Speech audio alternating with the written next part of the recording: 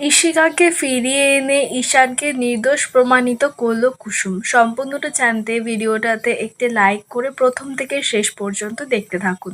ধারাবাহিকের শুরুতে দেখা যায় যে কুসুম ইশিকাকে তো গাঙ্গুলি বাড়িতে নিয়ে এসে ঈশানকে বলছে, ভালো করে দেখুন তো, এই মেয়েটাই মরে যাওয়ার নাটক করে ভবতোষ বাবু আপনাকে ভয় দেখাচ্ছিল কিনা।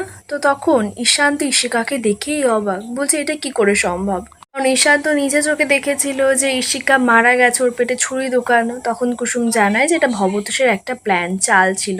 ইশিকাও বলে যে হ্যাঁ ঈশান, উনি তোমাকে ফাঁসাবে বলে আমাকে দিয়ে এসব কাজ করিয়েছে। ভবতোষ বলছে সব কিছুই না, আমাকে ফাঁসানো হচ্ছে, আর সব এই চাল হচ্ছে ওই কাজের মেয়ে। ভবতোষ তো সবাইকে ভুল বোঝাচ্ছে যে হয়তো কুসুম অন্য একটা মেয়েকে ধরে নিয়ে এসে, যাকে হুবহু একেবারেই ইশিকার মতো দেখতে। কারণ ভবতোষ বলছে যে ইশিকা নাকি মারা গেছে। তো ইশিকা তখন বলছে যে না, আমি জীবিত, আমি সেই ইশিকা। ইশিকা তো সকলের সামনে ভবতোষের মুখোশটা একেবারে খুলে দেয়। ভবস তো পালানোর জন্য প্ল্যান করেছে, বলছে আমি এক্ষুনি পুলিশ ডেকে আনছি, তোমরা সবাই মিথ্যে কথা বলছো। কুসুম তো কোনো মতেই ভবতোষকে এখান থেকে যতক্ষণ না সবকিছু সামনে আসে যেতে দেবেই না। রাজ তখন কুসুমকে জিজ্ঞেস করছে যে আমরা তো জানতাম হয়তো ইশিকা মারা গেছে, তোমরা কি করে বুঝলে যে ও জীবিত।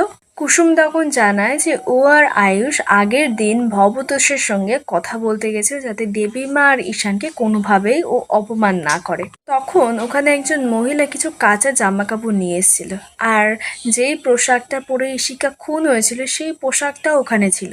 ওখানেই ওদের প্রথম সন্দেহ হয় যে ইশিকা যে মারা গেছে তার জামা কাপড় আয়রন করে কেন ভবতোষের ড্রেয়ে রাখতে যাবে। সেই থেকেই ওদের সন্দেহ হয় যে ইশিকা হয়তো মরেনি, ভবতোষ হয়তো কোথাও ইশিকাকে বন্দি করে রেখেছে যাতে ঈশানকে এইভাবে ভয় দেখিয়ে ওর থেকে টাকা পয়সা জমি সবকিছু নিয়ে নিতে পারে। তো সেই কারণে তো ওদের আবারও ভবতোষের ডেরায় যেতে হয়। এরপরে কুসুম আর আয়ুষ তো যায় সেই সিংহের ডেরায়।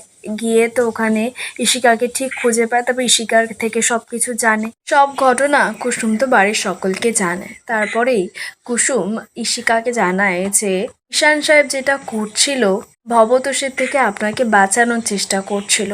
ও কখনোই চায়নি যে আপনার ওই ছবিগুলো বাইরে চলে আসুক। সেই কারণেই কিন্তু ঈশান সাহেব আপনি যা যা বলছিলেন তাই তাই করছিল। ইশিকা তো সবার কাছে ক্ষমা চায় হাত জোড় করে, বিশেষ করে অনুশ্রীর কাছে, যাতে ঈশানকে ভুল না বোঝে। তখন অনু ইশিকাকে বলে যে আমাদের সম্পর্কটা এতটাও ঠুনকো নয় যে সামান্য একটা কি হয়ে গেল এর মধ্যেই পুরো সম্পর্কটা আমাদের শেষ হয়ে যাবে। আমরা দুজনকে ভালোবেসে বিয়ে করেছি। ইশিকা তারপরেই সবার সামনে চিৎকার করে বলছে যে এই ভবতোষ লোকটা আমার মায়ের অসুস্থতার সুযোগ নিয়ে এই লোকটা আমাকে ফাঁসিয়েছে। আসলে ইশিকার মায়ের ক্যান্সার হয়েছে, তো এবার ওর মায়ের চিকিৎসা করার জন্য তো অনেক টাকা পয়সা লাগবে। তখন ভবতোষ সেটার সুযোগ নিয়েই ইশিকাকে দিয়ে এইসব অনেক নোংরা কাজ করিয়েছে। ইশিকা তো সবার কাছে হাত জোড় করে ক্ষমা চায়। ঈশান তারপরে কাঁদতে কাঁদতে গিয়ে আয়ুষকে জড়িয়ে ধরে যে ওর দাদার কুসুম এইভাবে ওর পাশে থেকেছে। তারপরেই ঈশান কুসুমের কাছে যায়, গিয়ে বলছে থ্যাংক ইউ জাদুঘর, তুমি না থাকলে সত্যি যে আমার কি হতো। তুমি সত্যি আমার জীবনের একটা ব্লেসিং, আশীর্বাদ হয়ে এসেছো আমার জীবনে। ভবতোষ তখন চিৎকার করে বলছে এত সহজে আমি হেরে যাবো না, কারণ এত প্ল্যান আমি এতদিন ধরে করেছি। ও তো ছুটে গেছে ইশিকাকে মারবে বলে। আয়ুষ সামনে গিয়ে দাঁড়িয়েছে, ভবতোষকে বলছে এই বাড়িতে মেয়েদেরকে সম্মান করা হয়।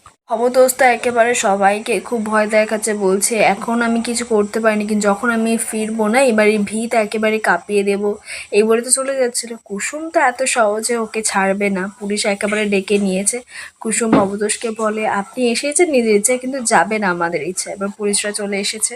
দেবীমা তারপর অফিসারকে বলছে এখান থেকে নিয়ে যান, এর যেন যাবজ্জীবন জেল হয়। সম্পূর্ণ ভিডিওটা আপনাদের কেমন লাগলো অবশ্যই কমেন্টে জানাবেন, আর এরকম ডেইলি আপডেট পেতে চ্যানেলটিকে সাবস্ক্রাইব করে রাখবেন।